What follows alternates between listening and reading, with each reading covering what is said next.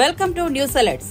ప్రధాని నరేంద్ర మోదీని రష్యా అత్యున్నత పురస్కారం వరించింది. The order of Saint Andrew the apostle అవార్డుతో రష్యా ఆయనను గౌరవించింది. రష్యా, భారత్ మధ్య వ్యూహాత్మక భాగస్వామ్యాన్ని బలోపేతం చేయడంలో ఆయన చేసిన కృషికి గాను ఈ అవార్డును ప్రకటిస్తున్నట్లు రష్యా తెలిపింది. మోదీ మెడలో పుతిన్ ఆ మెడల్ను వేశారు. ఇందుకు సంబంధించిన వీడియో సోషల్ మీడియాలో వైరల్ గా మారింది.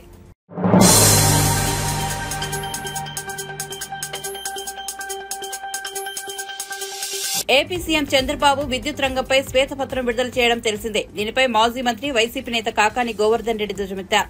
చంద్రబాబు విడుదల చేసిన శ్వేతపత్రం నిండా అబద్దాలని అన్నారు. జగన్ ను విమర్శించడానికి శ్వేతపత్రం తీసుకొచ్చినట్టుందని మండిపడ్డారు. ఎక్కడైనా శ్వేతపత్రం అంటే సంబంధిత రంగంలో ఉన్న స్థితిగతులను వివరిస్తారని, అందుకు భిన్నంగా చంద్రబాబు వైసీపీ ప్రభుత్వంపై విమర్శలు చేయడానికే ప్రాధాన్యత ఇచ్చారని కాకాని పేర్కొన్నారు. అసలు విద్యుత్ రంగాన్ని భ్రష్టు పట్టించిందే చంద్రబాబు అని వ్యాఖ్యానించారు.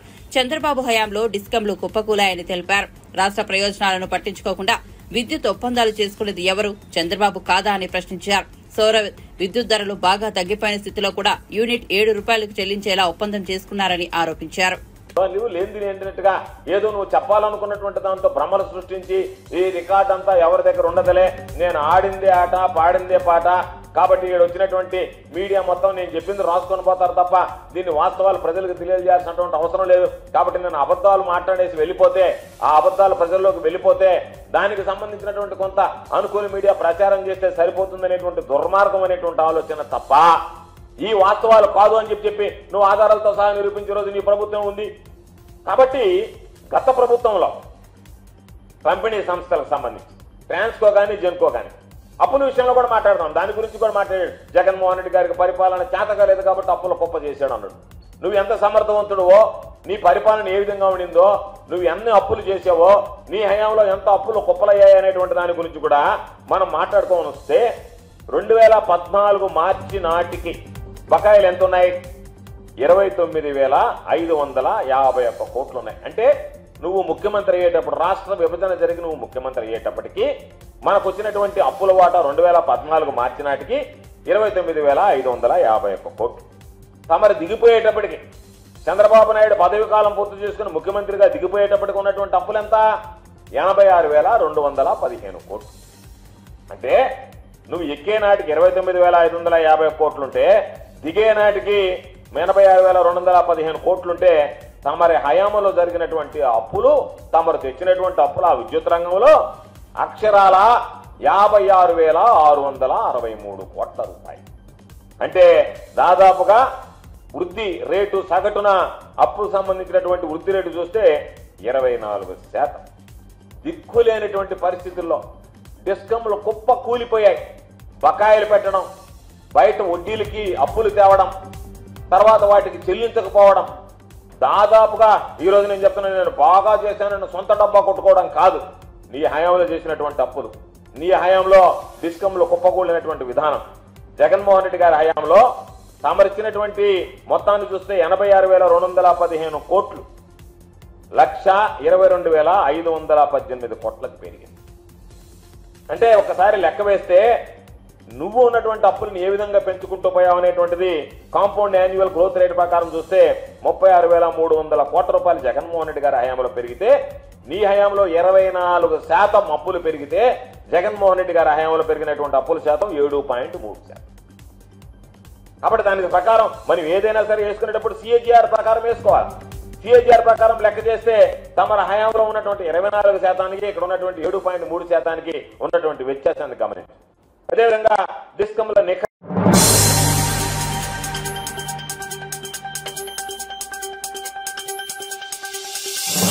పోటీ పరీక్షల అభ్యర్థుల సమస్యల పరిష్కారానికి తామంతా కృషి చేస్తున్నామని ప్రొఫెసర్ కోదండరాం అన్నారు. పోటీ పరీక్షల అభ్యర్థులు ఎదుర్కొంటున్న సమస్యలను ప్రొఫెసర్ హరగోపాల్ తో కలిసి టీజీపీఎస్సీ చైర్మన్ మహేందర్ రెడ్డి దృష్టికి తీసుకెళ్లినట్టు చెప్పారు. విద్యార్థుల్లో నెలకొన్న ఆందోళన, ఆవేదన గురించి వివరించినట్టు తెలిపారు. గ్రూప్ 1 మెయిన్స్ కు 1:100 నిష్పత్తిలో ఎంపిక చేయాలనే అభ్యర్థుల డిమాండ్ను సైతం కమిషన్ దృష్టికి తీసుకెళ్లినట్లు వివరించారు. ఈ మేరకు కోదండరాం ఓ వీడియోను విడుదల చేశారు. పోటీ పరీక్షల అభ్యర్థులు ఎదుర్కొంటున్నటువంటి సమస్యల మీద ఇవాళ ప్రొఫెసర్ హరగోపాల్ గారితో పాటు నేను కూడా వెళ్లి ఆ సమస్యలన్నింటినీ కమిషన్ చైర్మన్ శ్రీ మహేందర్ రెడ్డి గారి దృష్టికి తీసుకొని వెళ్ళినాం. మహేందర్ రెడ్డి గారు అన్ని విషయాలపైన మేము మాట్లాడినవి చాలా సీరియస్గా విన్నారు. చాలాసేపు ప్రొఫెసర్ హరగోపాల్ గారు విద్యార్థుల్లో ఉన్నటువంటి ఆవేదన ఆందోళన గురించి వివరించారు. పోస్టులు మళ్ళీ వస్తాయో రావో అనే భయం ఒకవైపు, తర్వాతనేమో ఇప్పుడు ఉన్న పరిస్థితుల్లో తమ పరీక్ష రాయటానికి ఎదుర్కొంటున్న ఇబ్బందుల గురించి వివరించి మరి సమస్యలకు పరిష్కారం అడిగారు. గ్రూప్ 1లో కొంత సంఖ్య పెంచటం, నిష్పత్తిని 1:100 పిల్లలు అడుగుతున్న విషయాన్ని చైర్మన్ గారికి వివరించారు. 1:100 ఇవ్వటానికి అవకాశాలను పరిశీలించాలని కూడా గట్టిగా కోరిండ్రు. వారితో పాటు నేను కూడా ఈ విషయాలపై మాట్లాడినా. అట్లాగే డిఎస్సిను గ్రూప్ 2కు మధ్యన ఎక్కువ సమయం లేనందున డిఎస్సిని కొంత వాయిదా వేయాలనేటువంటి మాట కూడా వారికి చైర్మన్ గారికి వివరించడం జరిగింది. ఈ 2 పరీక్షలను కొంత వాయిదా వేసి మధ్యన వ్యవధి ఉండేటట్టు చూడగలిగితే అప్పుడు పిల్లలకు న్యాయం జరుగుతుందనే మాట మేము స్పష్టంగా చెప్పినాం. వీటన్నింటి మీద చైర్మన్ గారు కూలంకుషంగా చర్చించి ఆలోచించి నిర్ణయం తీసుకుంటామనే మాట మాకు చెప్పింది. ఆ మాట మీ అందరికీ కూడా, విద్యార్థులందరికీ కూడా మేము చెప్పదలిచింది ఏంటంటే, సమస్యల మీద మేము క్రియాశీలకంగా స్పందిస్తూ ఉన్నాం. సమస్యల స్వభావాన్ని బట్టి, దాని తీవ్రతను బట్టి ఎప్పటికప్పుడు దానిపై స్పందిస్తూనే ఉన్నాం. ఎక్కడ కూడా ఎవరము ఇదివరకు ఉన్నటువంటి నిరుద్యోగుల సమస్యల పట్ల ఇదివరకు ఉన్న నిబద్ధతలు తేడా లేదు. తప్పకుండా ఆ విషయాలపై మా వంతుగా మాకు తోచిన కృషి పరిష్కారానికి, నిరుద్యోగుల సమస్యల పరిష్కారానికి మాకు తోచిన కృషి మేము చేస్తూనే ఉన్నాం. తప్పకుండా మా వంతుగా మా బాధ్యతను నిర్వర్తిస్తామని కూడా ఈ సందర్భంగా హామీ ఇస్తున్నాం.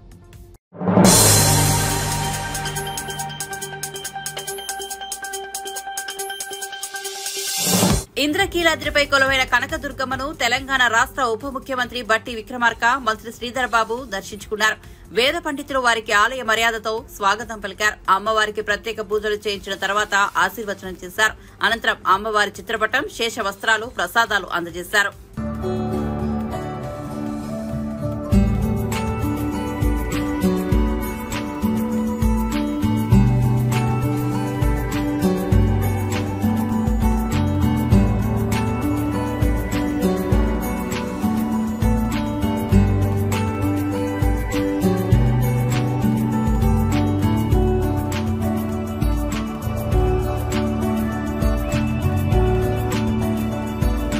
ఎన్నో ఆశలతో, కోరికలతో, ఆకాంక్షలతో ఏర్పడినటువంటి తెలంగాణ రాష్ట్రం సుభిక్షంగా ఉండాలని, తెలంగాణ ప్రజలందరూ కూడా మంచి భవిష్యత్తుతో ప్రపంచవ్యాప్తంగా కూడా వారు నిష్ణాతులుగా ఎదగాలని చెప్పి, అమ్మవారి ఆశీస్సులు రాష్ట్రానికి కావాలని చెప్పి వారిని కోరటం జరిగింది.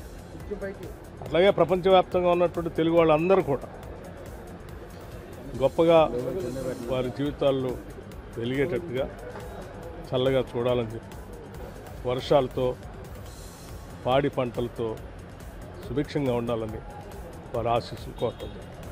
నమస్కారం.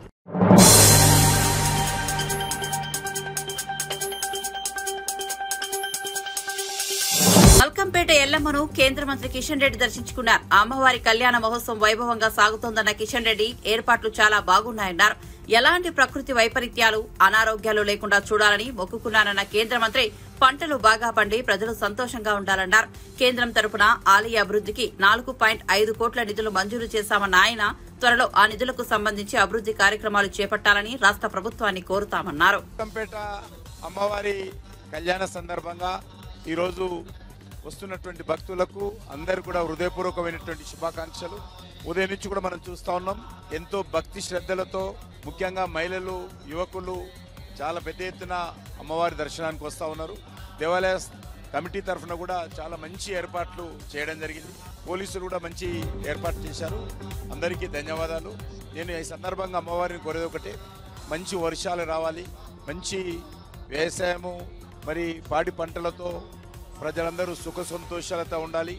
ఏ రకమైనటువంటి ప్రకృతి వైపరీత్యాలు రాకూడదు, ఏ రకమైనటువంటి అనారోగ్యం రాకుండా అన్ని వర్గాల ప్రజలు కూడా సుఖ సంతోషాలతో ఉండే విధంగా అమ్మవారు మనందరినీ ఆస్వాదించాల్సిందిగా కోరుతా ఉంటాం. అదేవిధంగా కేంద్ర ప్రభుత్వం నుంచి కూడా ఒక 4.5 కోట్ల రూపాయలు ఈ దేవాలయ అభివృద్ధి కోసము మరి మంజూరు చేసి ఇవ్వడం జరిగింది.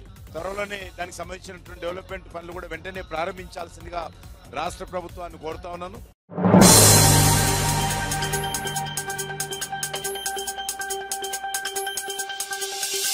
ఉచిత ఇసుక పంపిణీపై తీవ్ర విమర్శలు చెలరేగుతున్నాయి. చంద్రబాబు ప్రభుత్వం చెప్పిందొకటి చేస్తున్నది మరొకటని ప్రత్యర్థులు మండిపడుతున్నారు. ఉచిత ఇసుక అంతా ఉత్తునే అని వైసీపీ నేతలు మండిపడుతున్నారు. ఉచిత ఇసుక అంటూ ఎన్నికల ముందు చంద్రబాబు, పవన్ కళ్యాణ్ విస్తృతంగా ప్రచారం చేసి అధికారంలోకి వచ్చిన తర్వాత పచ్చి మోసానికి పాల్పడుతున్నారని వైసీపీ విమర్శిస్తోంది. ఈ నేపథ్యంలో వైసీపీ మాజీ ఎమ్మెల్యే టీజేఆర్ సుధాకర్ బాబు మీడియాతో మాట్లాడుతూ చంద్రబాబు మరోసారి ప్రజల్ని మోసం చేశారని ఆరోపించారు. ఉచిత ఇసుక పంపిణీ ఉత్తుదే అని ఆయన ఆరోపించారు. స్టాక్ యార్డుల వద్ద ప్రభుత్వమే ఫ్లెక్సీలు పెట్టి మరీ ఇసుక విక్రయిస్తోందన్నారు. ఇది ఎలా ఉచిత ఇసుక పంపిణీ అవుతుందని ఆయన ప్రశ్నించారు. రీచ్ల దగ్గర వసూలు చేసే డబ్బంతా ఎవరి జేబుల్లోకి వెళ్తోందని సుధాకర్ బాబు ప్రశ్నించారు. తదుపరి 2016లో ఈ విధానాన్ని సమీక్ష చేయడం కోసం ఒక సబ్ కమిటీని వేసి మంత్రులతో వాళ్ళతో రికమెండేషన్స్ అడిగారు. ఏ పాలసీ అయితే కరెక్ట్ గా ఉంటుంది, పైన పేర్కొన్న 2 పాలసీల్లో మనం సరిగ్గా నిర్వహించలేకపోతున్నామని చంద్రబాబు నాయుడు గారి ప్రభుత్వం 2016లో ఒక సబ్ కమిటీ వేస్తే సబ్ కమిటీ సిఫార్సులు పరిగణలోకి తీసుకుని 2016 జనవరి 15వ తారీఖున మరో జీవో వచ్చింది. 3వ జీవో ఎప్పటికండి 2014లో పరిపాలించడం మొదలెట్టిన తర్వాత ఒక్క ఇసుక విధానం మీదనే 3 రకాల జీవోలు ఇచ్చిన చరిత్ర చంద్రబాబు నాయుడు గారిది. 2016 జీవోలో ఏం చెప్పారు? టెండర్ కమ్ ఈ యాక్షన్ నిర్వహించాలని జీవోలో పేర్కొన్నారు. సరే, దాని మీద ఉన్నారా అంటే లేరు. అనూహ్యంగా కేవలం 2 నెలల పరిధిలోనే దీన్ని కూడా పక్కన పెట్టేశారు. అంటే ఏ సబ్ కమిటీ ద్వారా మంత్రులు సబ్ కమిటీ ద్వారా రికమెండేషన్స్ ఇచ్చారో ఆ సబ్ కమిటీల యొక్క రికమెండేషన్ ద్వారా వచ్చిన జీవోను పక్కన పెట్టేసి మళ్లీ ఉచితంగా ఇచ్చేద్దామని మార్చి 4, 2016 ఒక మెమో వచ్చేసింది. పూర్తిగా ఉచితం చేద్దామని అనుకున్నారు. జీవో నెంబర్ 43 అండి అది. దీనికి అనుగుణంగా ఏప్రిల్ 6, 2016 జీవో నెంబర్ 43 జారీ చేసింది తెలుగుదేశం పార్టీ. అంటే అది 4వ జీవో. 2014 నుంచి 2016 ఏప్రిల్ లోపల 4 రకాల జీవోలు ఇచ్చి చిట్ట చివరికి ఏం చేశారంటే న్యాయసమ్మతం లేకుండా, కసరత్తు లేకుండా ఈ విధమైన నిర్ణయాలను తీసుకుని వాళ్ళు చేసుకుంది ఏంటంటే ఇక ఏ జీవో లేదు, ఏ పర్యవేక్షణ లేదు, పూర్తిగా ఉచితం చేద్దామని నిర్ణయానికి వచ్చి ఆ ఉచితమైన రీచ్లన్నిటినీ ఎమ్మెల్యేలకు, తెలుగుదేశం పార్టీ నాయకుల చేతుల్లోకి అప్పజెప్పి పూర్తిగా ఇది వైలేషన్ జరిగితే ఉచిత ఇసుక పేరిట రాష్ట్రంలో అక్రమంగా ఇసుక తవ్వకాలు జరుగుతున్నాయని గౌరవ హైకోర్టు మిమ్మలను పలు సందర్భాల్లో హెచ్చరించిన మాట నిజమా కాదా? 2014-19 కాలంలో మీరు పరిపాలించినప్పుడు మీరు వైలేషన్ చేస్తున్నారని హైకోర్టు వారు మిమ్మల్ని హెచ్చరించిన మాట నిజమా కాదా?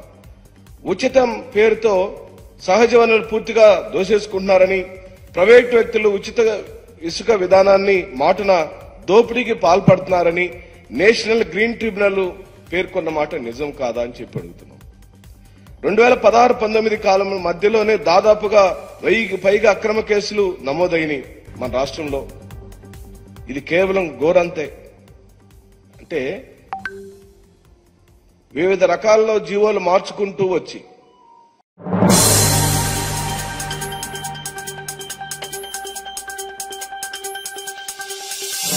ఏపీలో కాంగ్రెస్ పార్టీ ఏనాడో భూస్థాపితమైందని, అలాంటి పార్టీ ఇప్పుడు చంద్రబాబు నాయకత్వంలో పనిచేస్తుందన్నారు వైఎస్సార్సీపీ అధికార ప్రతినిధి కనుమూరి రవిచంద్రారెడ్డి.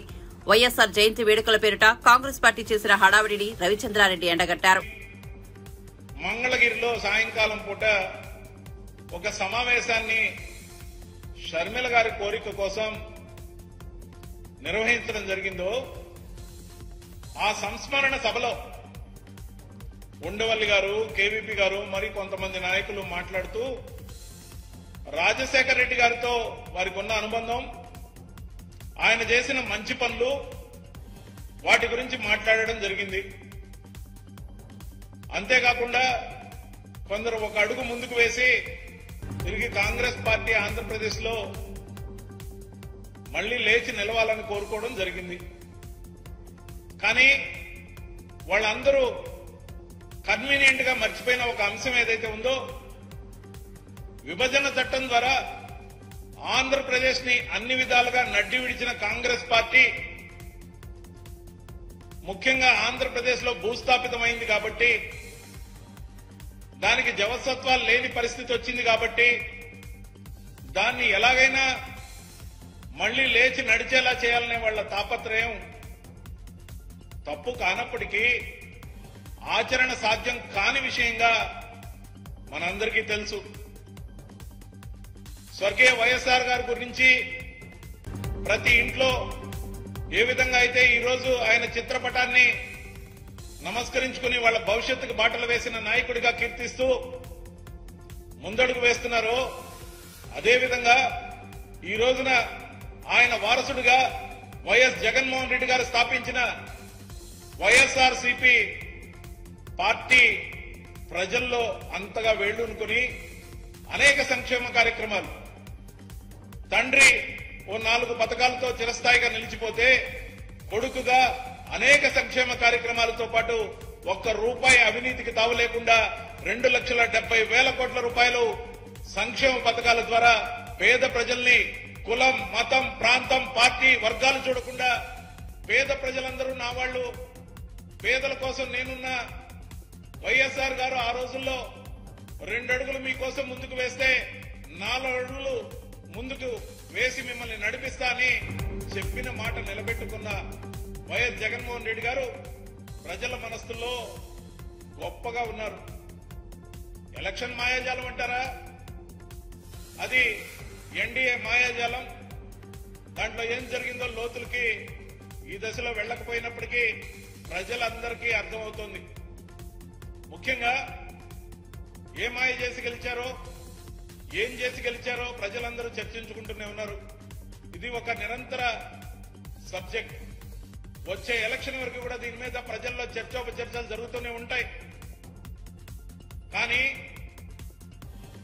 కాంగ్రెస్ పార్టీ అన్ని విధాలుగా నష్టపరిచిన ఆంధ్రప్రదేశ్ లో వారసత్వం కోసం ఇంట్లో ఏదో తగాదా ఉందని కోపంతో బయటకు వచ్చి నానా మాటలు మాట్లాడి వైఎస్ జగన్మోహన్ రెడ్డి గారి గురించి మాట్లాడకూడని మాటలు అనేకం మాట్లాడిన షర్మిల గారిని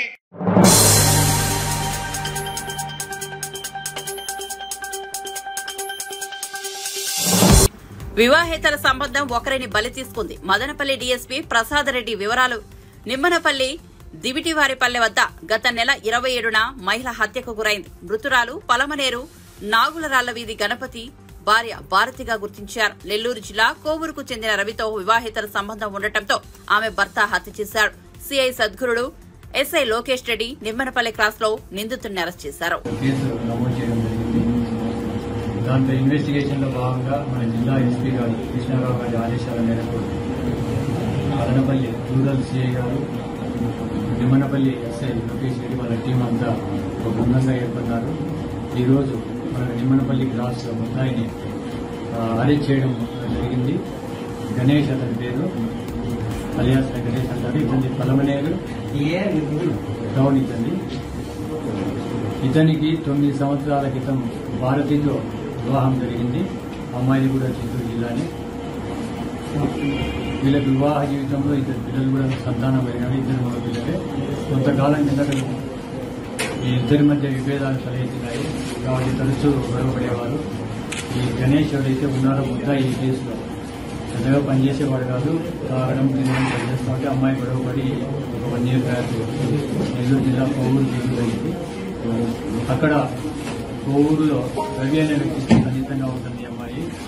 ఇతనికి మరింత అనుమానం బలపడి అమ్మాయిని ఎలాగైనా సరే చంపాలని నిర్ణయించినట్టు గణేష్ పిల్లలను తీసుకుని రామని చెప్పేసి ఈ మధ్యకాలంలో ఫోన్ చేయడం జరిగింది. ఆ క్రమంలో ఈమె భారతి పిల్లలు తీసుకుపోయేదానికి 27వ తేదీ ఆమె చౌడేపల్లికి రావడం జరిగింది. చౌడేపల్లి నుంచి గణేష్ తాను తరచుగా అంటే ఈ చేపల వేటకు పోతా ఉంటే చేపల వేట పలమనేరు చెరువులో, పలమనేరు చుట్టుపక్కల ఉన్న చెరువులలో, నిమ్మనపల్లి చుట్టుపక్కల ఉన్న చెరువులలో చేపల వేట చేయడం, చేపలు పట్టుకోవడం, చేపలు అమ్ముకోవడం, తినడం ఇవన్నీ చేస్తుంటాడు. కాబట్టి అతను తరచుగా పరిచయం ఉన్నట్టు ప్రాంతం ఈ దివిటివారిపల్లికి 27వ తేదీ అమ్మాయిని మోటార్ సైకిల్ తీసుకుని అక్కడ రామాంజనేయుడి యొక్క పొలంలో కూలిపాకలో ఈ అమ్మాయిని ఒక పథకం ప్రకారం అక్కడ మాట్లాడకుండా ఉండగా అకస్మాత్తుగా దాడి చేసి కత్తితో గుండు కొట్టి చంపడం జరిగింది. ఆ క్రమంలో రామాంజనేయుడు ఆ పొలం సంబంధించిన వ్యక్తి రాత్రి పొలానికి నీళ్లు పెట్టుకోవడానికి వచ్చాడు. ఆయన గడ్డికి నీళ్లు వదలడానికి వచ్చాడు. ఆ క్రమంలో గొడవ జరుగుతుంటే అతను ఎవరు ఇక్కడ ఉన్నారని చెప్పేసి అరుస్తూ వాళ్ళ దగ్గరికి పోవడం జరిగింది. ఎవరో పట్టుకోవడానికి వస్తున్నారని చెప్పేసి అతని మీద కూడా ఇతను దాడి చేయడం జరిగింది. అతను కూడా ఇంజరీస్ అయ్యాయి. అయితే అతను రికవరీ డిశ్చార్జ్ అయ్యాడు. అతన్ని కూడా విచారించడం జరిగింది. ఈరోజు ఈ ముద్దాయిని మనం కోర్టులో హాజరు పెట్టబోతున్నాం. ఏం లేవు, కేవలం ఇతను తాగుడుకు అలవాటైపోయి పనులు చేయడం చేతగాక ఇదే ఫస్ట్ నేరం సార్. వెనుకండి ఇంకా కొంచెం సార్ ఇక్కడ చూడండి సార్ ఫోటో సార్. సార్ చూడండి సార్ ఇక్కడ చూడండి సార్.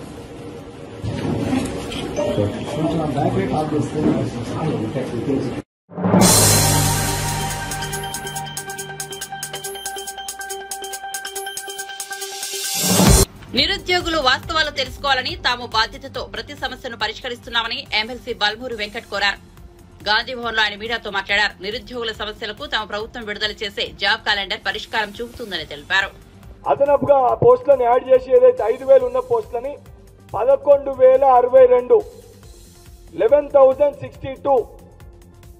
11,062 పోస్టులతోటి ఏదైతే సంబంధించి కొత్త డిఎస్సిని కూడా స్పష్టంగా ప్రకటించడం జరిగింది.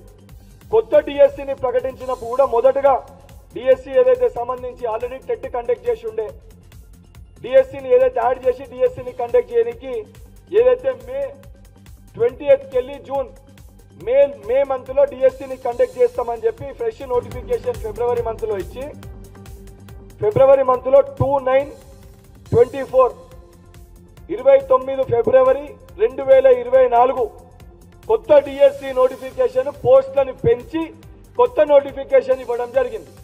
ఇచ్చిన దాంట్లో కూడా మే మంత్ లో డిఎస్సిని కండక్ట్ చేస్తామని చెప్పి ఆ డేట్స్ కూడా చెప్పడం జరిగింది. మే ఎండింగ్కి వెళ్ళి జూన్ ఫస్ట్ వీక్ వరకు డిఎస్సి ఉంటుందని చెప్పి స్పష్టత ఇచ్చారు. ఇచ్చిన తర్వాత కొంతమంది స్టూడెంట్స్ ఏదైతే గతంలో టెట్ ఎగ్జామ్ టఫ్గా ఉండే టెట్లో క్వాలిఫై కాలేకపోయినామో సుమారు మరొకసారి కొత్త టెట్ని మీరు కండక్ట్ చేస్తే అడిషనల్గా ఒక 3-4 లక్షల మంది అప్లై చేసుకొని డిఎస్సికి అర్హత పొందుతామని చెప్పని ఆ రోజు ఏదైతే డిఎస్సికి ఈరోజు అర్హత కలిగిన అభ్యర్థులు కానీ సంబంధించిన విద్యార్థి నాయకులు యోజన నాయకులు అందరి రిక్వెస్ట్ మేరకు సరే ఏదైతే సంబంధించి మరొకసారి టెట్ నిర్వహిస్తామనే ఉద్దేశంతో డిఎస్సిని పోస్ట్ పోన్ చేసి ఆ రోజు ఏదైతే డిఎస్సి స్లాట్స్ ఉన్నాయో మే జూన్లో ఏదైతే ఉన్న డిఎస్సి స్లాట్స్ లో టెట్ని నిర్వహించడం జరిగింది. ఈయన అసలైన విషయం దాగుంది. ఆ రోజున్న డిఎస్సిని పోస్ట్ పోన్ చేస్తూ టెట్ని ఆ పాత డిఎస్సి డేట్లలో టెట్ని నిర్వహించడం జరిగింది. టెట్ని నిర్వహించి చాలా స్పష్టంగా ఏదైతే గత ప్రభుత్వానికి చిత్తశుద్ధి లేక 4,500 పాఠశాలల్ని మూసేస్తే 100% గ్రామీణ ప్రాంతంలో ఉన్న ప్రతి బలహీన వర్గాల విద్యార్థులకి మెరుగైన విద్యను అందించాలని ఒక సంకల్పంతో ఆ పాఠశాలను ఏదైతే పునరుద్ధరించాలని ఒక సంకల్పంతో ప్రభుత్వం తీసుకొని తక్షణమే ఆ పాఠశాలని ప్రారంభించి ఏదైతే అకాడమిక్ ఇయర్ లోపల స్టార్ట్ అయిన ఒక నెల లోపల టీచర్స్ని రిక్రూట్ చేయాలని ఒక సంకల్పంతో ప్రభుత్వం నిర్ణయం తీసుకొని డిఎస్సిని కండక్ట్ చేయాలని చెప్పి ఇప్పుడు మనకున్న డిఎస్సి డేట్స్ ఏవైతే జూలై 18th వెళ్ళి ఆగస్టు 5th అంటే జూలై మంత్లో సుమారు జూలై ఆగస్టు మంత్లో ఎగ్జామినేషన్ డేట్స్ ఉంటాయని చెప్పి చెప్పడం జరిగింది. సో ఈ ప్రాసెస్ అంతా జరుగుతున్న క్రమంలో ఇది పోస్ట్ పోన్ అవుతుందని చెప్పి ఆలోచన అంటే పోస్ట్ పోన్ చెయ్యరు అనే ఒక భావనతోటి టీజీపీఎస్సీ ఆ రోజు డేట్స్ ని ప్రకటించింది. సో ఇది పోస్ట్ పోన్ అయినాక డిఎస్సి గ్రూప్ 2 అనేది దగ్గర వచ్చింది. ఇది పోస్ట్ పోన్ అయినాక మొదట్లో డేట్స్ ప్రకటించినప్పుడు అంతా క్లియర్ గా క్లారిటీతో ఉండే మధ్యలో ఏం ఎగ్జామ్స్ లేకుండే. కానీ ఏదైతే ఈ డేట్స్ పోస్ట్ పోన్ అయ్యి డిఎస్సి పోస్ట్ పోన్ అయినాక మళ్ళీ సమస్య ఉత్పన్నమైంది. డిఎస్సి పోస్ట్ పోన్ అయినాక గ్రూప్ 2కి డిఎస్సికి ఒక రోజు గ్యాప్ వారం రోజుల గ్యాప్లను ఎగ్జామ్స్ నిర్వహిస్తామని చెప్పి లాస్ట్ ఇయర్ జరిగిన ప్రాబ్లం అనేది రిపీట్ అయింది. రిపీట్ అయినప్పుడు సరే దాన్ని ఆలోచించి గతంలో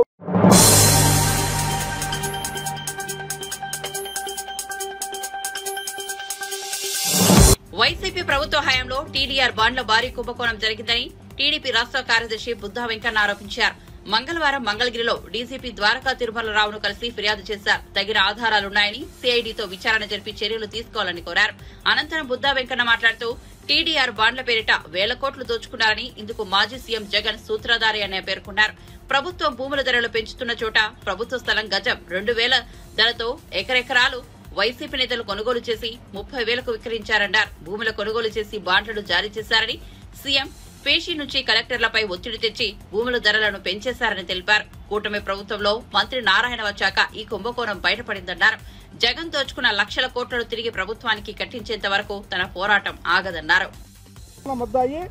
జగన్మోహన్ రెడ్డిని ఈ కేసులో మేము కోరింది ఏంటంటే, జగన్మోహన్ రెడ్డిని సిఐడి కస్టడీకి తీసుకోండి. ముందు దీని మీద విచారించి కస్టడీకి తీసుకోండి. కస్టడీకి తీసుకొని మళ్ళీ విచారించండి. అప్పుడు నిజాలు వస్తాయని మేము చెప్పడం జరిగింది. ఆయన కూడా డీజీపీ గారు చాలా చక్కగా ఈ విషయం మీద స్పందించి వెంటనే ఆయన సిఐడికి రాశారు. కాబట్టి మీరు ఇంకేదైనా ఉంటే దీని మీద డీజీపీ గారిని అడగాల్సిందిగా కోరుతున్నాం. అయితే ఈ కేసు నిగ్గు తేల్చే వరకు కూడా ఈ టీడీఆర్ బాండ్ల విషయమై పోరాటం మాత్రం చేస్తూనే ఉంటాం. చెప్పారు సిఐడికి బదిలాయించారు. మీరు కూడా డీజీ గారిని అడగండి. అది క్లియర్ కట్గా ఇప్పుడు మీకు ఎంత వివరంగా చెప్పాను. ఒక స్థలం ఎలా కావాలి, ఎలా తీసుకున్నారు, ఎంత కొన్నారు, వాళ్ళు ఆ స్థలం వాల్యూ పెంచాలంటే ఎవరు చెప్తే పెంచుతారు, అలాగా ఆ స్థలాన్ని ఎన్ని రేట్లు ఇచ్చారు, ఇవన్నీ నేను వివరంగా చెప్పాము, వివరంగా రాశాము. మీకు ఇప్పుడు వాట్సాప్లో మా సీను మీకు ఆయనకి ఇచ్చినటువంటి కాపీని కూడా మీ అందరికీ పెడతాము.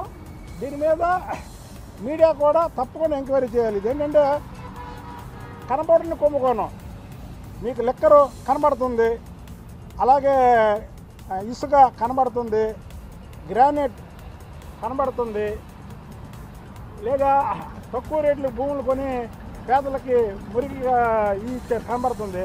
ఇది ఎవరికి కనబడిన కుంభకోణం. ఇది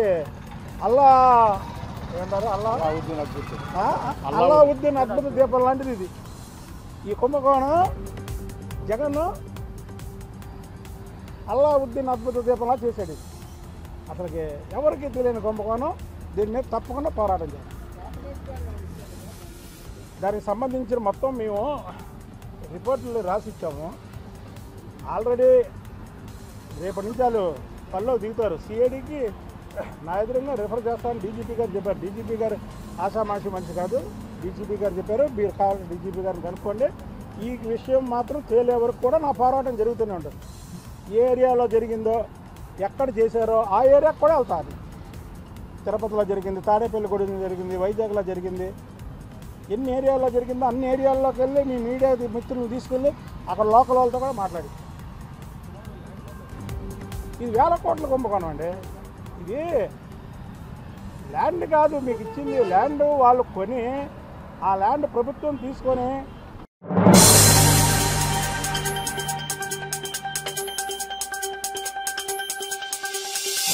గత బీఆర్ఎస్ ప్రభుత్వంలో సీఎం కేసీఆర్ మంజూరు చేసిన 8 మెడికల్ కాలేజీలకు మెడికల్ కౌన్సిల్ ఆఫ్ ఇండియా అనుమతులు నిరాకరించిందని బీఆర్ఎస్ మాజీ ఎమ్మెల్యే పెద్ది సుదర్శన్ రెడ్డి తెలిపారు. గద్వాల, నారాయణపేట, ములుగు, వరంగల్, మెదక్, యాదాద్రి భువనగిరి, రంగారెడ్డి, మేడ్చల్, మల్కాజ్గిరి జిల్లాలో మంజూరు చేసిన మెడికల్ కాలేజీల అనుమతులు నిరాకరించడం కాంగ్రెస్ ప్రభుత్వ వైఫల్యమేనని ఆయన స్పష్టం చేశారు. తెలంగాణ భవన్లో పెద్ది సుదర్శన్ రెడ్డి మీడియాతో మాట్లాడారు. కేవలం ఎమ్మెల్యేలు, ఎమ్మెల్సీల చేరికపైనే దృష్టి తప్ప ఏ ఒక్క అంశం ఇవాళ తెలంగాణ రాష్ట్రంలో ముందు పడలేదు. ఇవాళ దేశంలో కూడా ఒకసారి భారతీయ జనతా పార్టీ గురించి కూడా ఆలోచిస్తే 156 మెడికల్ కళాశాలలు ఇచ్చిళ్ళు, 156 నర్సింగ్ కళాశాలలు ఇచ్చిళ్ళు. తెలంగాణకు ఒక కళాశాల కూడా ఇవ్వని బీజేపీ పార్టీ కూడా సిగ్గుపడాలి. ఈ రాష్ట్రం నుంచి ప్రాతినిధ్యం వహిస్తున్న కేంద్ర మంత్రి గారు కిషన్ రెడ్డి గారు, బండి సంజయ్ గారు కూడా ఆత్మవిమర్శ చేసుకోవాలి, సిగ్గుపడాలని చెప్పి ఈ సందర్భంగా బీఆర్ఎస్ పార్టీ డిమాండ్ చేస్తా ఉన్నారు. దీనికి పూర్తిగా ముఖ్యమంత్రి రేవంత్ రెడ్డి గారు, కాంగ్రెస్ పార్టీ, బీజేపీ పార్టీ ఇద్దరు కేంద్ర మంత్రులు దీనికి బాధ్యత వహించాలని చెప్పి ఈ సందర్భంగా మేము డిమాండ్ చేస్తూ ఉన్నాం. ఎందుకంటే ప్రతి మెడికల్ కళాశాల ఎస్టాబ్లిష్మెంట్ కోసం కేసీఆర్ గారి ప్రభుత్వము దాదాపుగా 300 కోట్ల రూపాయలు వెచ్చించింది. డబ్బులన్నీ కూడా ఖర్చు అయినాయి, వసతులన్నీ కూడా అందుబాటులోకి వచ్చినాయి, అన్ని రకాల రాష్ట్ర ప్రభుత్వ అనుమతులన్నీ అయిపోయినాయి.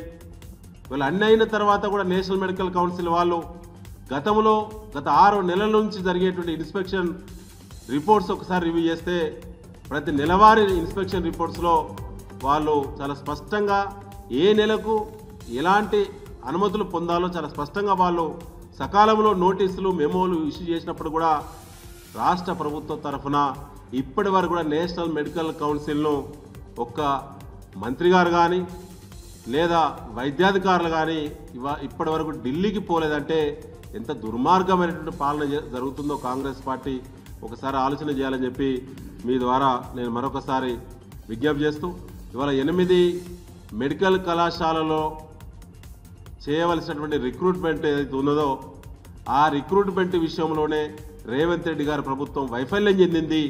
ఆ రిక్రూట్మెంట్ సకాలంలో చేయనందున మాత్రమే మేము ఈ కాలేజీలను అనుమతులను తిరస్కరిస్తున్నామని చెప్పి నిన్న మెయిల్ రూపంలో 8 మెడికల్ కళాశాలల యొక్క ప్రిన్సిపల్స్కి వచ్చినటువంటి మెయిల్ ఒకసారి మీరు పరిశీలన చేస్తే నిజం కూడా కాంగ్రెస్ పార్టీ ప్రభుత్వము రేవంత్ రెడ్డి గారి ప్రభుత్వము సిగ్గుపడాలని చెప్పి మరొకసారి కోరుతూ, ఇప్పటికైనా వెంటనే సమీక్ష చేయండి, వెంటనే ఢిల్లీకి వెళ్ళండి.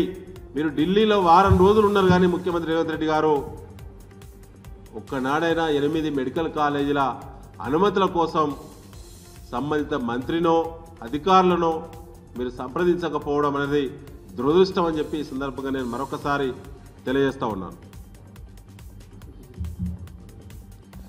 ముఖ్యంగా మిత్రులారా, వరంగల్లో హెల్త్ సిటీ అత్యద్భుతంగా నిర్మాణం చివరి దశకు వచ్చింది. ఇవాళ కాంగ్రెస్ పార్టీ ప్రభుత్వం వచ్చిన తర్వాత ఆడ కాంట్రాక్టర్ మొత్తం మూల్యముట చదువుకొని ఎక్కడ పనులన్నీ ఆపేసిండు. కాంట్రాక్టర్ వెళ్ళిపోయింది.